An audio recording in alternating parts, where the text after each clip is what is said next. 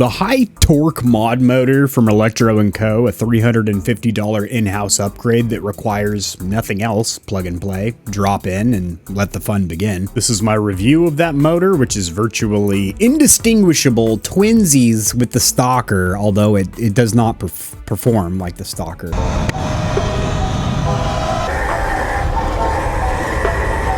Is a crazy cart, a child's toy. Shoot, let's go second.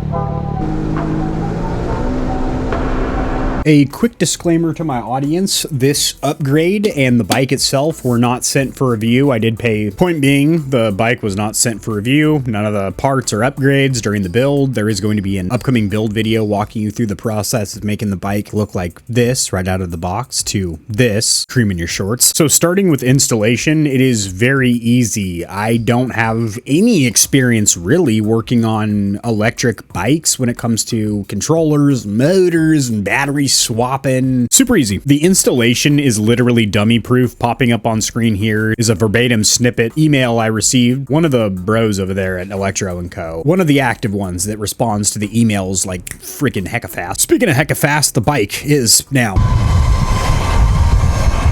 Removal of the stock motor and then reversing the process, which is installing the new motor, so freaking easy. You can use the included tool set that comes in the bag, the satchel, but will be easier if you have some kind of a socket ratchet set.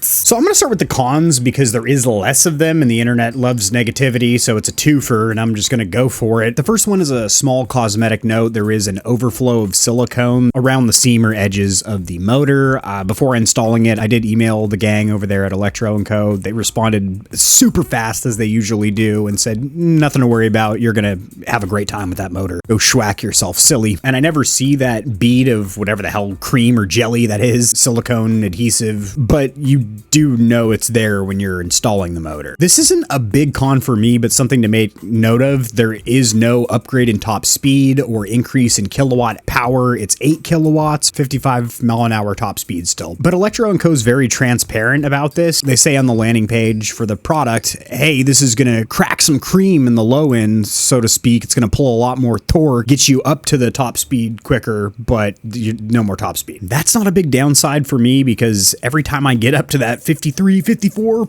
whoa, 55 mile an hour on the really accurate dashboard, heads-up display, speedometer, kind of terrified because you're so close to the ground and steering so twitchy on a little bike. The next problem is that the stock chain is very stretchy, especially during the first few rides, and having that extra torque or grunt is not going to help that. I do recommend getting an upgraded chain when you get your high torque motor. Since I bought my chain, or chains, I got the pit bike stock length and then the big boy, Electro & Co. released a Stage 2, a second, slightly more expensive upgraded chain called the thick chain. Either one of the upgraded chains, just don't run the Stalker. You can, but I've heard a lot of stories of them snapping. Experience myself, it's stretching a whole heck of a lot and having to adjust it very frequently. More so with the high torque motor, pulling on the chain more. The biggest downside or con is that there is a lead time of 2 weeks and mine took closer to 3.5 weeks to get to me. So keep that in mind if you are upgrading from a stock motor. Keep that bad boy installed since the installation's super fast and easy, and then once the box arrives with a new one,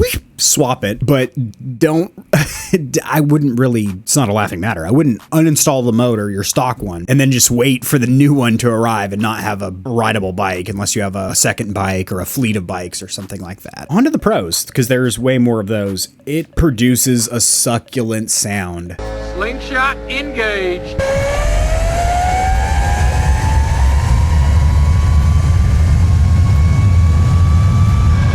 This is very subjective, but I do like the pitch, the frequency that it shoots into my ear canals. What I like even more is that smooth throttle application. It felt great on the stock bike, but with the high torque motor, you feel like there's a ton of control or modulation in that throttle, which is valuable, useful in so many scenarios. Wheelies, trail riding, just riding, wanting your bike to do exactly what you tell it to when you twist your wrist. You're gonna get that. I was hoping that it would eliminate that little bit of dead zone, which is almost like a safety feature, to where if you grab the grip and just ever so slightly twist it, the bike doesn't start creeping on you. But that is something that I am looking forward to being able to tweak with an aftermarket controller, is that initial throttle dead zone, because it's still there where you have to twist, nothing's happening, and then it engages and it is very smooth and you can take off very slow or grab a little more and take off a little faster. Along those lines, there is way more torque, and I thought there would be some kind of sacrifice to the top speed, or maybe the mid-range would fall a little flat. No, I did several back-to-back pulls, stopping the bike, leaning forward, full throttle, launching it, and all I noticed was that it had heaps more torque. Like I would guesstimate 30 to 50% more than the stock motor. Why am I guesstimating that? Because it accelerated harder than the Stalker did with the 14-inch street wheels, which are larger in diameter, more rolling mass, than the bike did when it had the stock smaller pit bike tires. Bigger, heavier tires, still accelerating harder. Nutso. But then the mid-range still pulls strong. You look down and you're seeing that number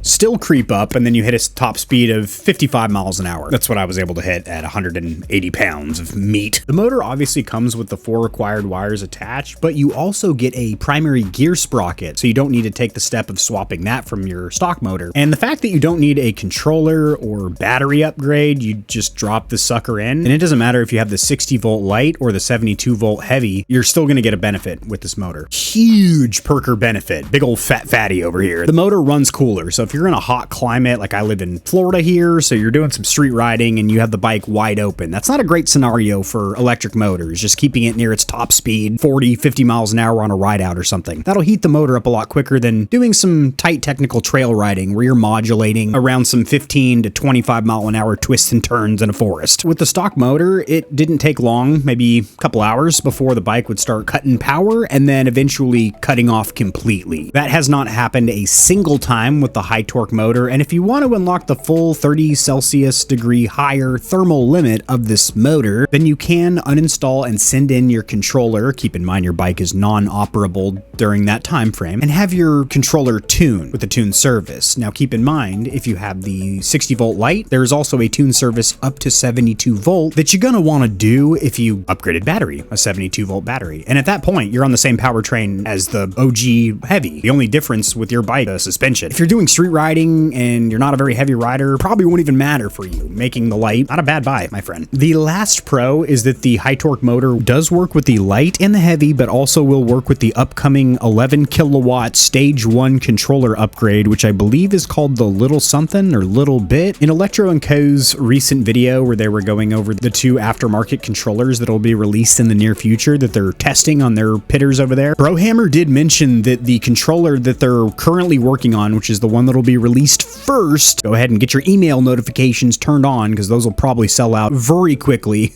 at least by content creators wanting to make content on the controller, if nothing else. The high torque motor and the stock high speed motor are both going to work with the 11 kilowatt peak controller upgrade coming up in the near future, but there's going to be a stage 2 controller upgrade that will require a motor upgrade as well, because it'll just shred that stock motor. Speaking of shredding, go ahead and shred a couple of bucks off your purchase if you do pick up a bike or any parts from Electro & Co., because there is an exclusive discount code down there in the description below. That is an affiliate link. It keeps the lights on here. They smack me in the shin with a bag of nickels, which I do greatly appreciate. Feels good every time. Drop in the comment section below your opinion of the high torque motor. My opinion of it, here's the verdict. It's an absolute must-have upgrade, whether you have the light or the big boy. Hey, big boy. Hey, how you doing? You're on the stock controller, or down the road you plan on getting the 11 kilowatt controller. This is a must-have upgrade. You should also upgrade the chain with it as well, because that extra torque's going to be stretching that sucker. Yeah, it's a fantastic upgrade. Easy to install, not very expensive. See you next time.